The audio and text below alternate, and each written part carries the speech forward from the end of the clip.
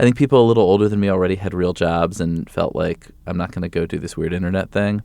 And then there were just a handful of people who just partly because of just literally when you entered and what your job was, it was like, these seems like you can't ignore these blogs.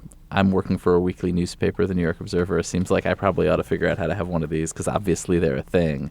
But also I'm not important enough that I can't just kind of wander off and write a blog and it's not going to, and I actually have important work that will distract from.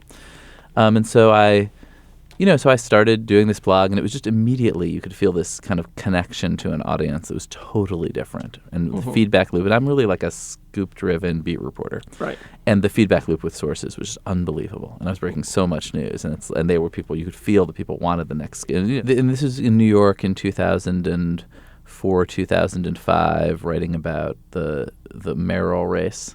And actually, scoop is a strong word for some of it. It was such a different moment that, if the mayor had a press conference at 11 a.m., like I could then go there, take some notes, go out to lunch, write on my blog about it at 2 p.m., and that would be the first place that you could find out what the mayor had said until midnight when the New York Times put its edition online and might have a quote from the press conference or might not. So that's like sub scoop. But there was just this ability to put information that you knew a community of a few thousand people who ran New York City like really wanted.